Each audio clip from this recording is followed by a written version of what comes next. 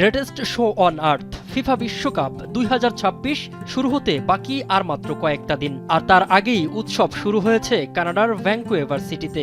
সেখানকার সায়েন্স ওয়ার্ল্ডের আইকনিক ডোমটি যেন রাতারাতি রূপ নিয়েছে এক বিশাল ফুটবলে।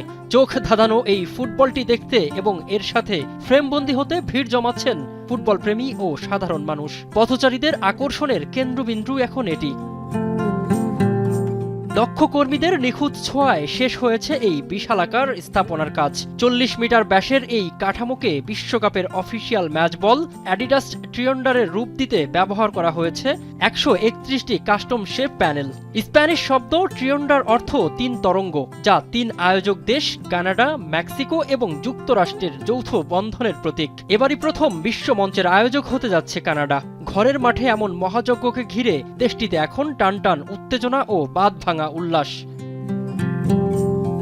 উৎসবের এই আমেজ শুধু শহরের বুকেই সীমাবদ্ধ নেই, ছড়িয়ে পড়েছে পাহাড়ি এলাকাতেও। ভ্যাঙ্কুয়েভারের বিখ্যাত গ্রাউস মাউন্টেনে একদল মানুষ মেতে উঠেছেন অন্যরকম এক উন্মাদনায়। পাহাড়ের ঢালে এক বিশাল কানাডিয়ান পতাকা মেলে ধরার জন্য চলছে শেষ মুহূর্তের প্রস্তুতি।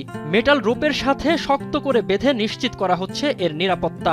160 মিটার দৈর্ঘ্য এবং 80 মিটার প্রস্থের এই দানবীয় পতাকাটি আয়তনে প্রায় এক ফুটবল মাঠের চেয়েও বড়। প্রায় 1587 কেজি ওজনের এই পতাকাটি দেশের ইতিহাসে অন্যতম রেকর্ড গড়া একটি স্থাপনা।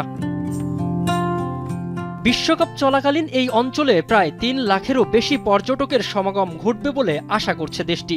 আর ঘরের মাঠে নিজেদের দলকে সমর্থন যোগাতে এবং পর্যটকদের স্বাগত জানাতে ভ্যাঙ্কুয়েভারের এই নান্দনিক আয়োজন এখন পুরোপুরি প্রস্তুত। মিনারুল ইসলাম, এখন।